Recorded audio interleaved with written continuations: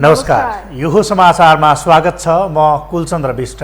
म रन्जु अधिकारी। सुरु गरौँ अहिलेसम्मका प्रमुख समाचारबाट।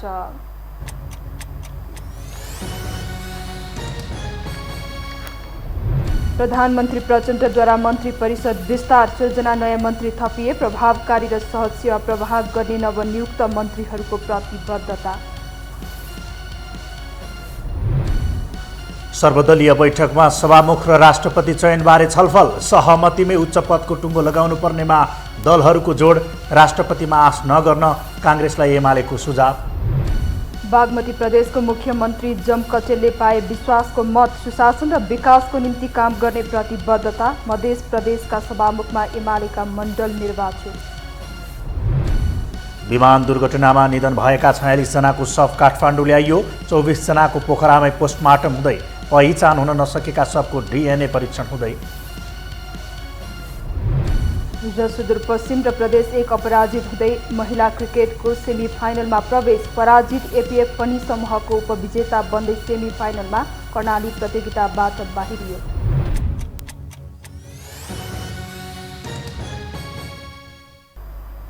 अब समाचार विस्तारमा। गत पुस 10 गते प्रधानमन्त्रीमा नियुक्त भएका पुष्पकमल दाहाल प्रचण्डले मङ्गलबार मन्त्रीमण्डल विस्तार गरेका छन्। यससँगै 23 सदस्यीय मन्त्रीमण्डल गठन भएको छ भने 2 मन्त्रालयले भने अझै नेतृत्व पाउन सकेका छैनन्। एक रिपोर्ट। प्रधानमन्त्री पुष्पकमल दाहाल प्रचण्ड नेतृत्वको मन्त्री परिषद 23 सदस्यीय बनेको छ। राष्ट्रपति विद्यादेवी भण्डारीले मङ्गलबार 12 मन्त्री र 3 राज्य मन्त्री नियुक्त गरेसँगै प्रचण्ड नेतृत्वको सरकार 23 सदस्यीय बनेको हो। मन्त्री परिषदमा उपप्रधानमन्त्री 4 जना रहेका छन्, जसअनुसार विष्णुप्रसाद पौडेल अर्थ, नारायण काजी श्रेष्ठ भौतिक पूर्वाधार तथा यातायात, रवि लामिछाने गृह र राजेन्द्र प्रसाद लिङदेन ऊर्जा जलस्रोत तथा सिँचाइ मन्त्री रहेका छन्। वरियता क्रममा पौडेल प्रधानमन्त्रीपछि दोस्रो नम्बरमा छन् भने श्रेष्ठ, लामिछाने र लिङदेन क्रमशः तेस्रो, चौथो र 5औं वरियतामा रहेका छन्। 5औं वरियतामा शपथ खाएसँगै पशुपतिको दर्शन गरेर सिंहदरबारमा पदभार ग्रहण गर्न पुगेका लिङदेनले 5 वर्षे रणनीतिक योजना बनाएर काम गर्ने बताएका छन्, जसका लागि 3 सदस्यीय कार्यदल बनाउने उनले बताए। आफूले जिम्मेवारी लिएको मन्त्रालयको काम चुनौतीपूर्ण रहे पनि त्यसलाई अवसरमा बदल्ने उनले बताए। ऊर्जा जलस्रोत तथा सिँचाइ मन्त्रालय अन्तर्गत हुने कामहरूको बारेमा योजनाबद्ध ढङ्गले कामलाई अगाडि बढाउनको लागि विगतमा भएका कामहरूको अनुभव समेतलाई ध्यानमा राखेर ती सबैलाई अध्ययन गर्दै आगामी 5 वर्षमा ऊर्जा जलस्रोत र सिँचाइको क्षेत्रमा हामीले योजनाबद्ध ढङ्गले प्राथमिकतामा राखेर गर्नुपर्ने कामहरू के हुन् र कसरी हामी अगाडि जान सक्छौँ, हाम्रो आवश्यकता प्राथमिकताहरू निर्धारण गर्न र 5 वर्षीय एउटा रणनीतिक योजना बनाउनको लागि अहिले एउटा कार्यदल चाहिँ गठन गर्ने निर्णय गरेका छौँ। यस्तै मन्त्रीहरूमा पहिलो वरियतामा माओवादी केन्द्रकी नेत्री रेखा शर्मा रहेकी छिन्। उनलाई सञ्चार तथा सूचना प्रविधि मन्त्रालयको जिम्मेवारी तोकिएको छ। शपथ ग्रहणपछि सिंहदरबार स्थित मन्त्रालयमा पुगेर कार्यभार सम्हाल्दै मन्त्री शर्माले सञ्चार तथा सूचना प्रविधिलाई जनताको सहज पहुँचमा पुर्याउनु आफ्नो प्राथमिकता भएको बताएकी छिन्। यो सहज पहुँच, सूचना सञ्चार र प्रविधिमा सहज पहुँच एउटा जनताको पुर्याउने कुरा र अर्को कुरा चाहिँ यो सबै हाम्रो उत्पादनदेखि ल्याएर सबै सार्वजनिक सङ्घ संस्थानहरूमा सूचना र प्रविधिको कुरालाई सहजतापूर्वक कसरी उपलब्ध गराउन सकिन्छ र सूचनालाई कसरी अब सेवाग्राहीको पहुँच पुर्याउन सकिन्छ भन्ने कुरालाई विशेष ध्यान दिनुपर्छ भन्ने लागेको छ। त्यसैगरी विक्रम पाण्डेले शहरी विकास, ज्वालाकुमारी शाहले कृषि तथा पशुपक्षी विकास, दामोदर भण्डारीले उद्योग वाणिज्य तथा आपूर्ति, राजेन्द्र कुमार राईले भूमि व्यवस्था शहरी तथा गरिबी निवारण, अब्दुल खानले खानेपानी, डाक्टर विमला राई पौडेलले परराष्ट्र र पदम गिरीले स्वास्थ्य तथा जनसङ्ख्या मन्त्रालयको जिम्मेवारी पाएका छन्। यसैगरी प्रचण्ड नेतृत्वको मन्त्रीमण्डलमा भगवती चौधरी महिला बालबालिका तथा ज्येष्ठ नागरिक, हरिप्रसाद उप्रेती रक्षा, सुदन किराती संस्कृति पर्यटन तथा नागरिक उड्डयन, अमनलाल मोदी संघीय मामिला तथा सामान्य प्रशासन, शिशिर खनाल शिक्षा विज्ञान तथा प्रविधि, डोल प्रसाद अर्याल श्रम रोजगार तथा सामाजिक सुरक्षा र ध्रुवबहादुर प्रधान कानून न्याय तथा संसदीय मामिला मन्त्री रहेका छन्। राज्य मन्त्रीहरूमा सुशीला श्रीपाली ठकुरी संस्कृति पर्यटन तथा नागरिक उड्डयन, डाक्टर तोसीमा कार्की स्वास्थ्य तथा जनसङ्ख्या र दीपक बहादुर सिंह ऊर्जा जलस्रोत तथा सिंचाई मन्त्री रहेका छन्। राज्य मन्त्रीतर्फ दोस्रो वरियतामा रहेकी कार्कीले पदभार ग्रहण गर्दै पैसाको अभावले उपचार नपाएर ज्यान गुमाउनु पर्ने अवस्थाको अन्त्य गर्ने बताएकी छिन्। राज्य मन्त्री बने पनि कार्कीप्रति जनताको अपेक्षा भने मन्त्री सरह देखिने गरेको छ। पहिलो निर्णय हामीले स्वास्थ्य सेवाका न्यूनतम मापदण्ड सम्बन्धी गरेका छौँ। त्यस अन्तर्गत चाहिँ पालिका स्तरमा हुने स्वास्थ्य केन्द्रहरू, आधारभूत स्वास्थ्य केन्द्रहरू, होइन, स्वास्थ्य चौकीहरू, पहिला त स्वास्थ्य चौकी थियो, अहिले आधारभूत स्वास्थ्य केन्द्र भनिएको छ। ती स्वास्थ्य केन्द्रहरूमा हुनुपर्ने उपकरणहरू, जनशक्तिहरू, सेवाहरू सम्बन्धीका नियमनकारी मापदण्डहरू छन्। त्यो साथसाथै हजुरको यो क्षेत्रीय स्तरका अस्पतालहरू, जिल्ला स्तरका अस्पतालहरू, केन्द्रीय स्तरका प्रादेशिक स्तरका अस्पतालहरूमा हुनपर्ने मापदण्ड सम्बन्धीका निर्णय हामीले आज लिएका छौँ। दोस्रो पटक मन्त्रीमण्डल विस्तार गरे पनि प्रचण्डले 2वटा मन्त्रालय अझै खाली राखेका छन्। युवा तथा खेलकुद र वन तथा वातावरण मन्त्रालय अझै मन्त्री पाउन सकेको छैन। 2वटा मन्त्रालय प्रधानमन्त्री प्रचण्डले नै हेर्ने भएका छन्। सत्ता गठबन्धन दल जनता समाजवादी पार्टीका लागि 2वटा मन्त्रालय राखिएको बताइएको छ। वर्तमान सरकारमा 26% पुगेको छ। 17 जना नयाँ अनुहारले आफूलाई प्रमाणित गर्ने अवसर पाएका छन्। सत्ता गठबन्धन दलहरूबीच भागबण्डा मिलेसँगै मन्त्री परिषद विस्तार भएको छ। पुस 11 गते पहिलो पटक 8 सदस्यीय मन्त्रीमण्डल गठन गरेका प्रधानमन्त्री प्रचण्डले मङ्गलबार 12 मन्त्री र 3 राज्य मन्त्री थप्दै 23 सदस्यीय मन्त्रीमण्डल बनाएका हुन्। कस्ता छन् त उनी नेतृत्वको मन्त्रालय सम्हाल्न आएका मन्त्रीहरू? एक रिपोर्ट। सप्तरङ्गी सहयात्रीलाई मिलाएर लैजाने सकसमा रहेका प्रधानमन्त्री पुष्पकमल दाहाल प्रचण्डले मन्त्री परिषद विस्तार गरेका छन्। यो सँगै एमाले 8, माओवादी केन्द्रले प्रधानमन्त्री सहित 5 मन्त्री, रासोपा र राप्रपाले 3-3 मन्त्रालय र जनमतले एउटा मन्त्रालय लिएको छ। रासोपा र राप्रपाबाट थप 1-1 राज्य मन्त्री थपिएका छन्। 12 मन्त्री र 2 राज्य मन्त्रीले मङ्गलबार शपथ ग्रहण गरेका छन्। यो सँगै लगभग अन्तिम आकारमा पुगेको मन्त्री परिषदमा 6 जना दोहोरिएका छन् भने बाँकी 2/3 भन्दा बढी नयाँ अनुहार छन्। प्रदेशगत हिसाबमा प्रदेश 1 र बागमतीको वर्चस्व रहेको यो मन्त्रीमण्डलमा भ्रष्टाचारका आरोपीदेखि मन्त्री बन्न जानु पार्टी सकिनु हो भन्ने समेत समेटिएका छन्। राप्रपाले पाएको छ सरकारमा जानलाई जनादेश होइन, प्रतिपक्षमा बस्ने हो। प्रतिपक्षमा बसेर भोटै नहाल्ने भन्ने कुरो होइन। मन्त्रीहरूको विगत हेर्दा उपप्रधान तथा अर्थमन्त्री रहेका विष्णु पौडेल नै ललिता निवास जग्गा प्रकरणमा मुछिएका व्यक्ति हुन्। पौडेल दोस्रो पटक अर्थमन्त्री बन्दा उनका सहकर्मीका रूपमा भ्रष्टाचारीलाई नाकको डाँडी भाँचिने गरी हान्ने बताउने रवि लामिछाने छन्। जहाँ उपप्रधान तथा गृहमन्त्री रहेका उनीमाथि पनि नागरिकता मुद्दा अदालतमा विचाराधीन छ। यता बहुचर्चित सिक्टा सिँचाइ आयोजनामा भ्रष्टाचारको मुद्दा खेपेका ठेकेदार पृष्ठभूमिका राप्रपा नेता विक्रम पाण्डेले शहरी विकास मन्त्रालयको जिम्मेवारी पाएका छन्। फलत छोरालाई ठेकेदारी जिम्मा लाएर राजनीतिमा होमिएका उनले यही अवसरलाई गलत प्रयोग गरी छोरालाई टेन्डर नपारिदिए मात्रै पनि खुसी हुनुपर्ने अवस्था छ। यता अनुभव नै नभएका तर चर्चा र आशाको चाङमा रहेका पर्यटन मन्त्री सुदन किरातीलाई पनि शेरधन राईलाई रोकेको प्रमाणित गर्न कम चुनौती छैन। आफैले पराजित गरेकाले सम्हालिसकेको मन्त्रालयमा पुगेका उनलाई नेपाललाई युको कालो सूचीबाट हटाउनेदेखि पर्यटन मन्त्रालयसँग जोडिएका निकायको झगडा मिलाउनु नै कम सकसपूर्ण छैन। हवाई सुरक्षा कडाई गर्नको निम्ति सबै हाम्रो सम्बद्ध पक्षहरूसँग हामी सहकारी गर्दै यसलाई जोखिममुक्त बनाउने हामी पहल गर्दछौँ। जातीय, क्षेत्रीय, लिङ्गीय र विचारको आधारमा म भेदभाव गर्दिनँ। तपाईलाई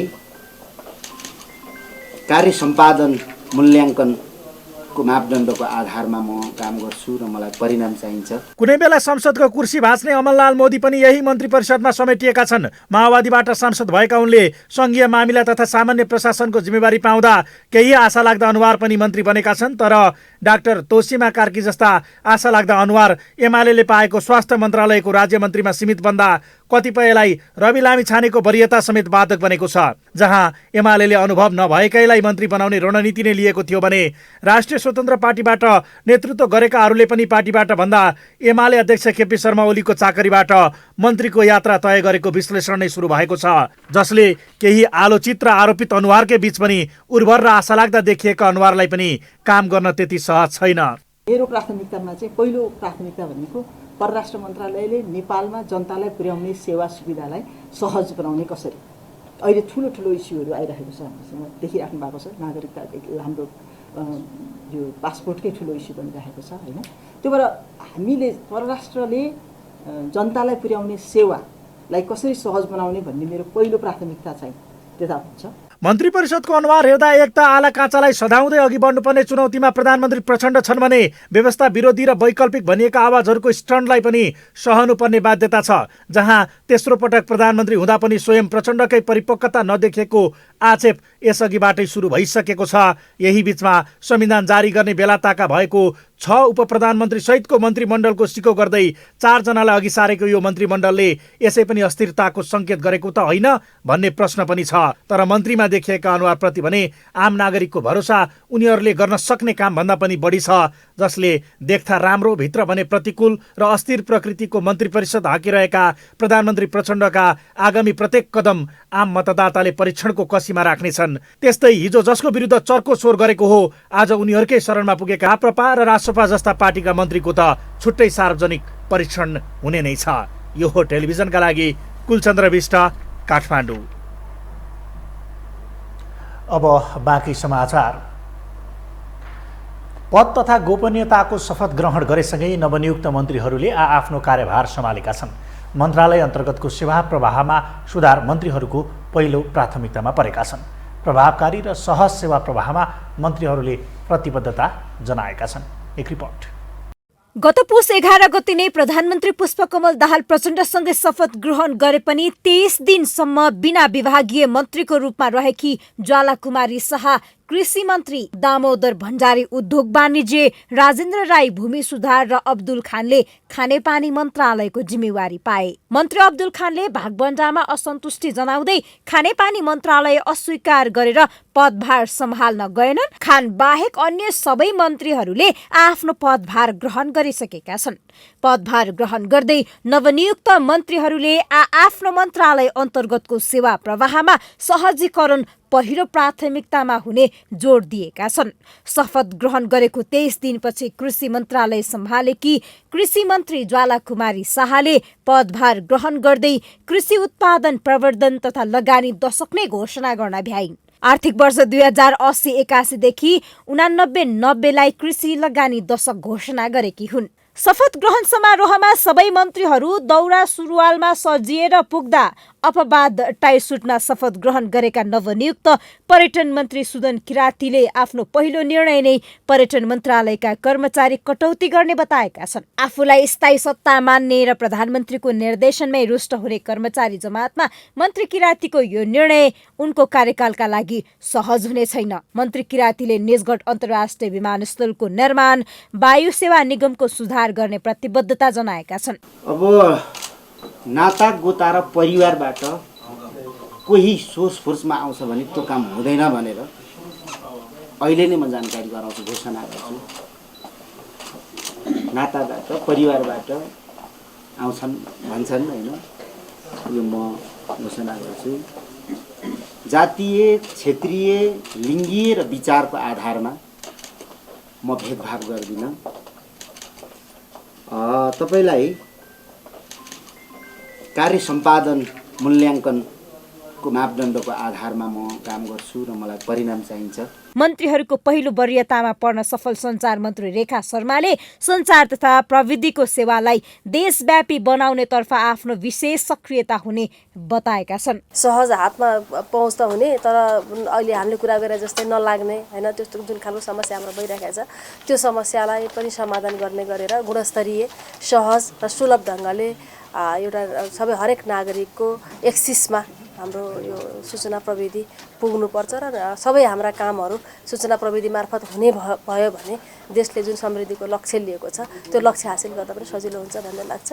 र बाँकी अरू कुरा त बुझेरै गर्ने कुरा हुन्छ, म बुझेरै भन्छु सबै। पहिलो पटक मन्त्री बन्दै श्रम रोजगार तथा सामाजिक सुरक्षा मन्त्रालय सम्हालेका डोल प्रसाद औड्यालले रोजगारीका लागि बाध्यताले विदेशिने अवस्था शून्यमा झार्ने दावी गरेका छन्। त्यस्तै नवनियुक्त शहरी विकास मन्त्री विक्रम पाण्डेले आफ्नो पहिलो प्राथमिकता देशभरका तुइन विस्थापित गरेर झोलुङ्गे पुल बनाउने प्रतिबद्धता जनाएको छ।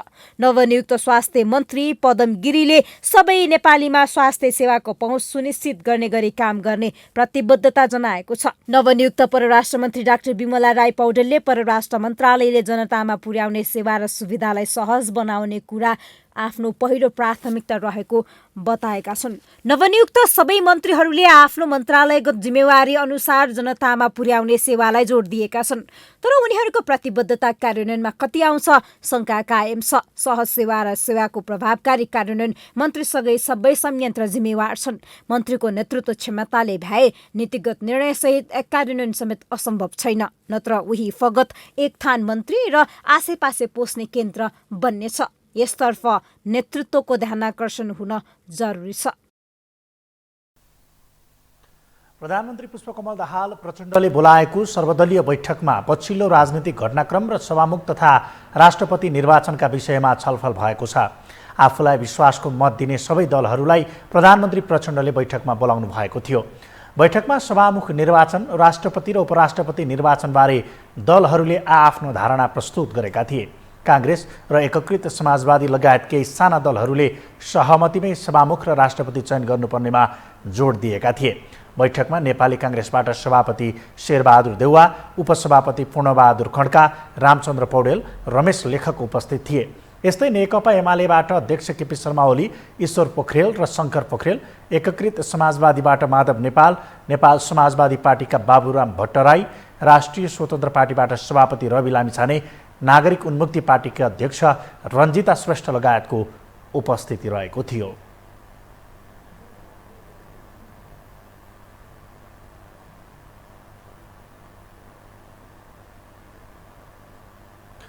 सर्वदलीय बैठक डाकेर प्रधानमन्त्री प्रचण्डले राष्ट्रपतिमा राष्ट्रिय सहमति जुटाउन खोजेपछि गठबन्धनको नेतृत्वकर्ता एमाले भड्किएको छ। सहमति गर्दा आफ्नो भागमा परेको राष्ट्रपति काङ्ग्रेसलाई दिने तयारी प्रचण्डले गरेपछि एमाले अध्यक्ष ओली रुष्ट बनेका छन्, जसले गठबन्धनको भविष्यमाथि नै प्रश्न उठाएको छ। एक रिपोर्ट। प्रधानमन्त्री पुष्पकमल दाहाल प्रचण्ड नेतृत्वको सरकारमा पुराना भन्दा धेरै नयाँहरू मन्त्री बनेका छन्। 25 सदस्यीय मन्त्रीमण्डलमा 20 जना पहिलो पटक मन्त्री बनेकाहरू हुन्। त्यसमा प्रधानमन्त्री प्रचण्ड, अर्थमन्त्री विष्णु पौडेल र भौतिक पूर्वाधार मन्त्री नारायण काजी श्रेष्ठ मात्रै पुराना हुन् भने वन र खेलकुद मन्त्री आउन बाँकी नै छ। सायद जसपालाई सरकारमा ल्याउन हो वा राष्ट्रिय सहमतिको सरकारका लागि प्रचण्डलाई दबाब दिएको कङ्ग्रेसलाई पनि भाग पुर्याउन हो। प्रचण्डले 2 मन्त्री आफैसँग राखेका छन्, तर 2 मन्त्री मात्रै राखेर नेपाली कङ्ग्रेस सहितको राष्ट्रिय सरकार बन्ने चाहनामाथि एमाले अध्यक्ष ओलीले ढोका बन्द गरिदिएका छन्। 2 मन्त्रीकै लागि नेपाली कङ्ग्रेस झ्याल चुहाउँदै आउने सम्भावना पनि न्यून छ। अब नेपाली कङ्ग्रेसको आँखामा राष्ट्रपति, सभामुख र संवैधानिक परिषदबाट बाँडफाँड हुने पदहरू परेको छ। यसका लागि प्रचण्ड एमालेलाई पिलेरै भए पनि कङ्ग्रेसको भाग पुर्याउने दौडमा अघि बढेका छन्, तर एमाले कदापि त्यो स्वीकार्ने पक्षमा छैन। यसले कसले कसलाई ढाल्ने अब खेल सुरु हुँदैछ। त्यसको सुरुवात प्रधानमन्त्री प्रचण्डले मन्त्री परिषद विस्तार गरेको घण्टा नबित्दै कङ्ग्रेस सहितको सर्वदलीय बैठक डाकेर गरेका छन्, जुन कङ्ग्रेसलाई राष्ट्रपति दिन साझा सहमति गर्ने एजेन्डामा केन्द्रित थियो। त्यो राष्ट्रपति चाहिँ के छ भने कमसेकम उम्मेदवारी नै यस्तो युनानिमस टाइपको स्वीकारयोग्य मान्छे हुनु पर्यो नि त, होइन? काङ्ग्रेसलाई पनि हुनसक्छ, एमालेलाई हुनसक्छ। अहिले चाहिँ के छ त भन्दाखेरि मेजोरिटी जुन अब भोट त त्यहाँ हाल्नै पर्यो, होइन?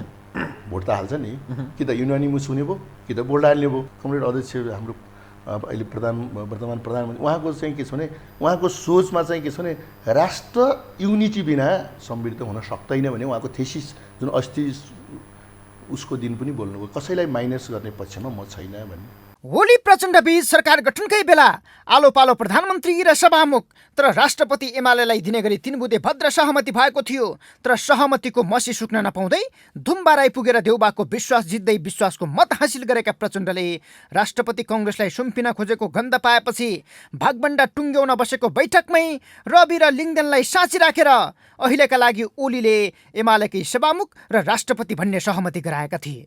उक्त बैठकमा सरकारकै प्रतिपक्ष बन्छु भनेका रवि प्रचण्डको प्रतिपक्ष भएर ओलीको समर्थनमा देखिएका थिए। त्यति मात्रै भएन कि प्रचण्डमाथि नै विश्वास बोकेर बालुवाटार गएका उपेन्द्र यादवले अपमानित भएको महसुस गर्दै बाहिरिन बाध्य बनेको बताएका थिए। उनले धारणा समेत राख्न नदिएको प्रतिक्रिया दिएका छन्। ओलीका दाहिने हात मानिएका विष्णु रिमाल नै प्रधानमन्त्री प्रचण्डलाई दबाब दिएर कङ्ग्रेसले राष्ट्रपति हत्याउन लागि परेको तर्क गरिरहेका छन्। काङ्ग्रेसलाई चाहिँ राष्ट्रपति बनाउनु पर्यो भन्ने किसिमले दौडिरहेको चाहिँ अन्दाज हुन्छ र प्रधानमन्त्रीलाई एक किसिमले दबाबमा राख्न पहिला हामी सँगै काम गरेको, एउटै गठबन्धनमा काम गरेको, त्यसकारण तपाईँलाई मैले विश्वासमा मत दिएर चाहिँ राष्ट्रिय नेता जस्तो बनाएको भन्ने खालको एक किसिमले नक्कली कुरा गर्दै प्रधानमन्त्रीलाई चाहिँ नैतिक सङ्कटमा पार्न सकिन्छ कि भन्ने खेल खेल्न खोजेको जस्तो पनि देखिन्छ। अब जहाँसम्म राजनीति प्रतिस्पर्धात्मक राजनीतिक कुरो हो, यस्तोमा चाहिँ यो कसले कसलाई गुण लगाउने भन्ने जस्तो हुँदैन। तर प्रचण्ड र देउबाको धुमबाराई बैठकबाट ढुक्क बनेको कङ्ग्रेस भने प्रधानमन्त्रीले राष्ट्रिय सहमतिको सरकार बनाउनेमा विश्वास गरिरहेको छ। नत्र पुरानै गठबन्धन बिउताउन समेत प्रचण्डलाई उक्साइरहेको छ। फलत विश्वासको मतबाट ढुक्क बनेका प्रचण्डको भूमिकाबाट कङ्ग्रेस पनि आशावादी बन्दै गएको छ। यो चारवटा जिम्मेवारीहरूका सम्बन्धमा एउटा साझा दृष्टिकोण पार्टीहरूले निर्माण गर्नुपर्छ भन्ने सोच हामीले राखेका छौँ। यो खालि यो बहुमत अल्पमतबाट सरकार बनाएको जस्तो विषयलाई बनाइनु हुँदैन, किनकि त्यसले चाहिँ निष्पक्ष, त्यहाँ निर्वाचित हुने बित्तिकै निष्पक्ष ढङ्गबाट पार्टीको सदस्यको रूपमा होइन, त्यसले समग्र देशको र संसदको प्रतिनिधित्व गर्नुपर्दछ भन्ने मान्यता हो। सरकार बन्न नपाउँदै सरकार ढाल्ने बारे प्रक्षेपण गर्नुपर्ने बाध्यकारी अवस्था ओली, प्रचण्ड र देउबाहरूले ल्याउँदैछन्। यसको अग्रसरता प्रचण्ड आफैले लिन खोजेका छन्। सरकार विस्तार भएको घण्टा बित्न नपाउँदै कङ्ग्रेसलाई समेट्नका लागि सर्वदलीय बैठक आह्वान गर्नुले यही सङ्केत गरेको छ, जसमा असन्तुष्ट बनेका ओली सर्वदलीय बैठक छोडेरै बाहिरिएपछि नबोलेरै धेरै कुरा बुझ्ने अवस्था बनेको छ। यो हो टेलिभिजनका लागि सन्तोष बिके थापा, काठमाडौँ। हामीसँग समाचार बाँकी नै छन्, अहिलेलाई विश्राम।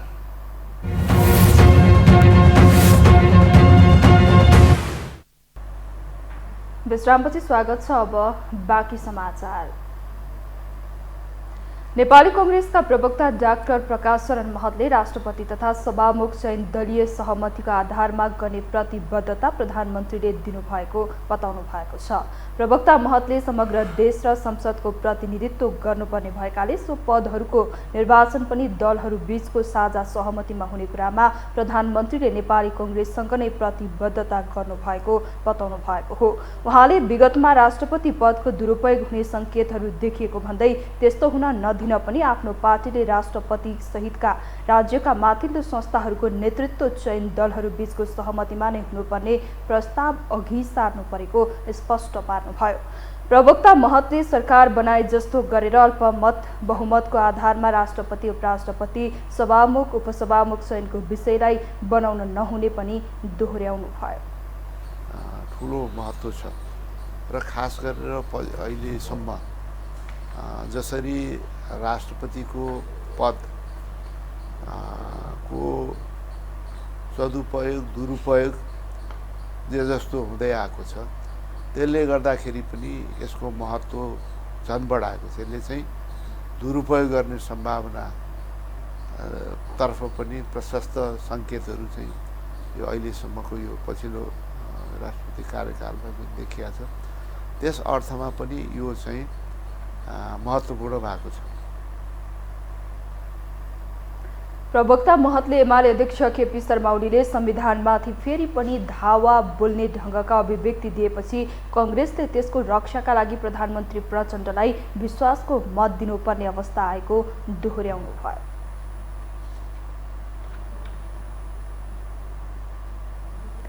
बागमती प्रदेशका मुख्यमन्त्री शालिग्राम जमकचेललाई विश्वासको मत प्राप्त भएको छ। हेटौडामा आज बसेको प्रदेशसभा बैठकबाट जमकचेलले विश्वासको मत प्राप्त गर्नुभएको हो। उहाँको पक्षमा संसदमा प्रतिनिधित्व गर्ने 7 मध्ये 6 दल रहेका थिए। विश्वासको मत प्राप्त गर्न 56 सांसद आवश्यक रहेकोमा उनको पक्षमा 105 सांसदले मत दिएका थिए भने विपक्षमा 3 जना सांसदले मतदान गरे। नेकपा एमाले, नेकपा माओवादी केन्द्र, राष्ट्रिय प्रजातन्त्र पार्टी, नेकपा एकीकृत समाजवादी, हाम्रो नेपाल पार्टी र प्रतिपक्षमा बस्ने गरी नेपाली कङ्ग्रेसले समेत विश्वासको मत दिएको छ।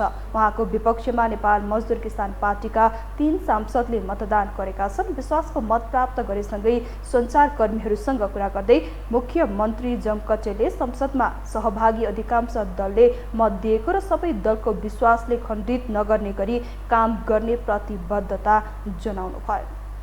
मूल रूपमा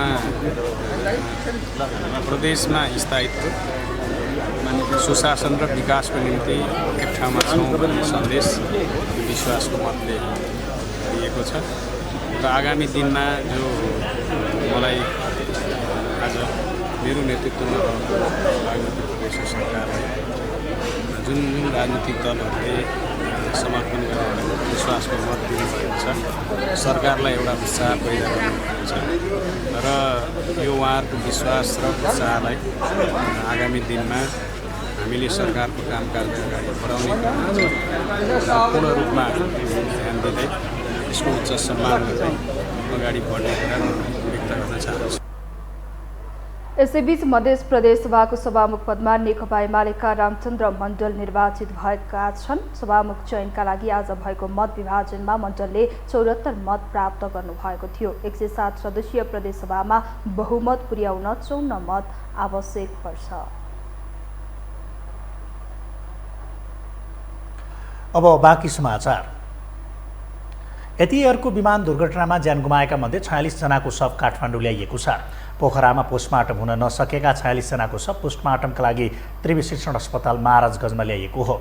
24 जनाको भने पोखरा स्वास्थ्य विज्ञान प्रतिष्ठान गण्डकी शिक्षण अस्पतालमा पोस्टमार्टम गरिँदैछ, जसमध्येका केहीको शव पोस्टमार्टम गरेर आफन्तलाई हस्तान्तरण गरिएको अस्पतालले जनाएको छ। कतिपय शव पहिचान गर्न नै नसकिने खालका भएकाले ती शवको DNA समेत परीक्षण गर्नुपर्ने भएकाले ती शव काठमाडौँ ल्याइएको हो।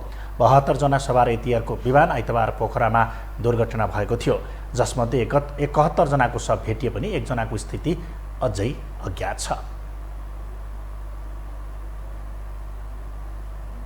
साताको पहिलो कारोबारको दिन आज नेप्से परिसूचक 32 अङ्कले वृद्धि भएको छ। आज नेप्से परिसूचक 32.72 अङ्क बढेर 2182.11 बिन्दुमा पुगेको हो। त्यस्तै सेन्सिटिभ इन्डेक्स 4.81 अङ्क बढेको छ भने फ्लोट इन्डेक्स 2.10 अङ्क र सेन्सिटिभ फ्लोट इन्डेक्स 1.45 अङ्कले बढेको छ। आज कारोबारमा आएका 250 कम्पनीको 1,18,83,000 किता सेयर 3,72,47,94,000 रुपैयाँ बराबरको खरिद बिक्री भएको छ।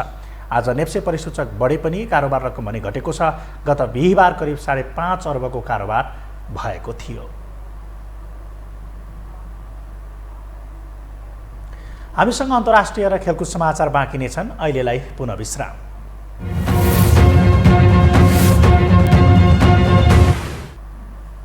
विश्रामपछि स्वागत छ। अब पालो अन्तर्राष्ट्रिय समाचारको।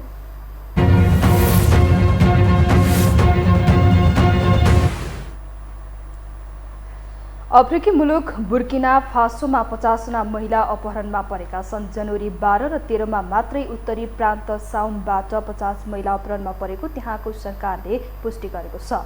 सोही प्रान्तका ग्रामीण क्षेत्रका खेतमा कार्यरत महिलाहरूलाई बन्दुकधारी समूहले अपहरण गरेको र उनीहरूको अवस्था अज्ञात रहेको अन्तर्राष्ट्रिय सञ्चार माध्यमहरूले जनाएका छन्।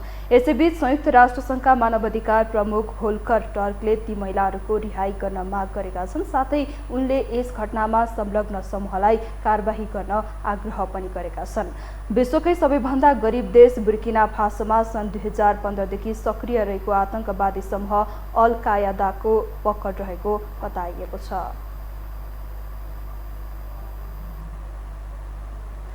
क्यालिफोर्नियाको एक घरमा बन्दुकधारीले चलाएको गोली लागेर 6 जनाको मृत्यु भएको छ। टुलारे काउन्टी शेरिफको कार्यालयमा शेरिफ माइक बोर्डरेउक्सले उक्त आक्रमण गिरोह र लागु औषध हिंसासँग जोडिएको हुन सक्ने बताएका छन्। एक रिपोर्ट।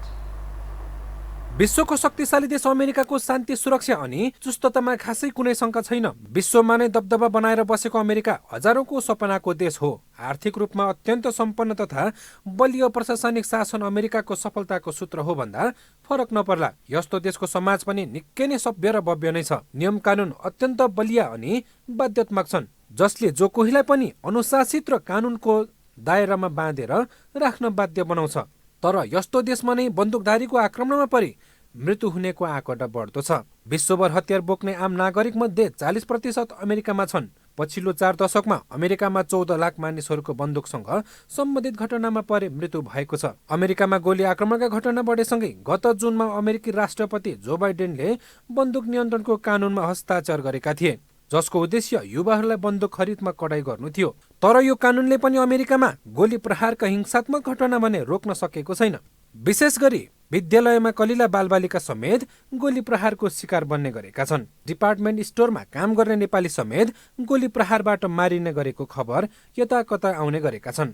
यस्तै क्यालिफोर्नियाको एक घरमा बन्दुकधारीले चलाएको गोली लागेर 6 महिनाको बच्चा सहित 6 जनाको मृत्यु भएको छ। टुलारे काउटी शेरिफ खु कार्यालयका शेरिफ माइक बोडेरुक्सले उक्त आक्रमण गिरोह र लागु औषध हिंसासँग जोडिएको हुन सक्ने बताए। स्थानीय समय अनुसार सोमबार बिहान 3:30 बजेतिर 2 जना व्यक्तिले घरमा आक्रमण गरेको प्रहरीले जनाएको छ। छिमेकीले प्रहरीलाई खबर गरेपछि प्रहरी घटनास्थलमा पुगेको थियो। प्रहरी घटनास्थलमा पुग्दा घरभित्र र बाहिर मानिसहरूको शव भेटिएको थियो। प्रहरीले आक्रमणबारे अनुसन्धान सुरु गरेको छ। अमेरिकामा पछिल्लो समय बढ्दो क्रममा रहेको गोली आक्रमणको यो पछिल्लो उदाहरण हो। समग्र विश्वमा शान्तिको पाठ सिकाउने र शान्ति स्थापनाका लागि भन्दै धेरै मुलुकमा आफ्नो सेनाको समेत परिचालन गरेको अमेरिकामै पछिल्लो समय हिंसा र अशान्ति बढ्दो क्रममा देखिएको छ। यो हो टेलिभिजनका लागि मिङमा शेर्पा, काठमाडौँ। अब पालो खेलकुद समाचारको।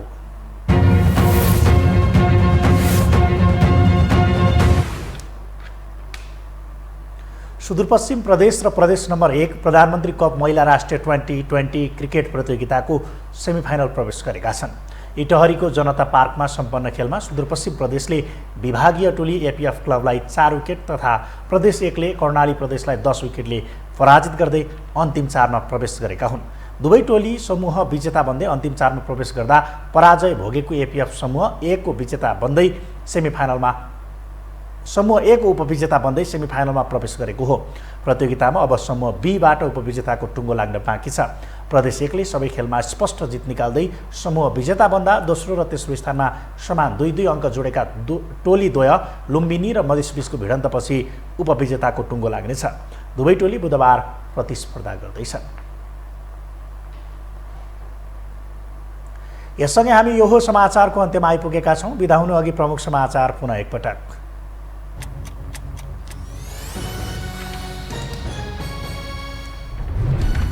प्रधानमन्त्री प्रचण्डद्वारा मन्त्री परिषद विस्तार, 16 जना नयाँ मन्त्री थपिए। प्रभावकारी र सहज सेवा प्रदान गर्ने नवनियुक्त मन्त्रीहरूको प्रतिबद्धता। सर्वदलीय बैठकमा सभामुख र राष्ट्रपति चयनबारे छलफल, सहमतिमै उच्च पदको टुङ्गो लगाउनु पर्नेमा दलहरूको जोड। राष्ट्रपतिमा आश नगर्न कङ्ग्रेसलाई एमालेको सुझाव। बागमती प्रदेशको मुख्यमन्त्री जमकट्टीले पाए विश्वासको मत, सुशासन र विकासको निम्ति काम गर्ने प्रतिबद्धता। मध्य प्रदेशका सभामुखमा एमालेका मण्डल निर्वाचित।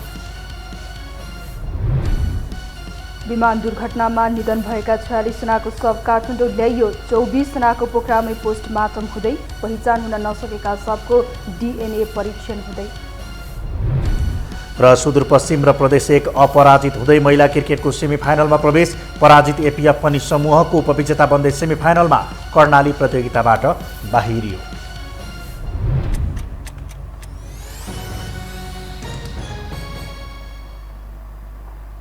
हवस् त यो हो समाचार सकियो। समाचार बुलेटिनका साथै यो हो टेलिभिजनका सम्पूर्ण कार्यक्रम यो हो टेलिभिजन.com, यो हो खबर.com, युट्युब र फेसबुकमा पनि पढ्न र हेर्न सक्नुहुनेछ। मोबाइलमा यो हो टिभी एप डाउनलोड गरी हामीलाई प्रत्यक्ष हेर्न सक्नुहुनेछ। तथ्यसहितको निष्पक्ष समाचार तथा मनोरञ्जनका लागि हेर्दै रहनुहोला यो हो टेलिभिजन। नमस्कार।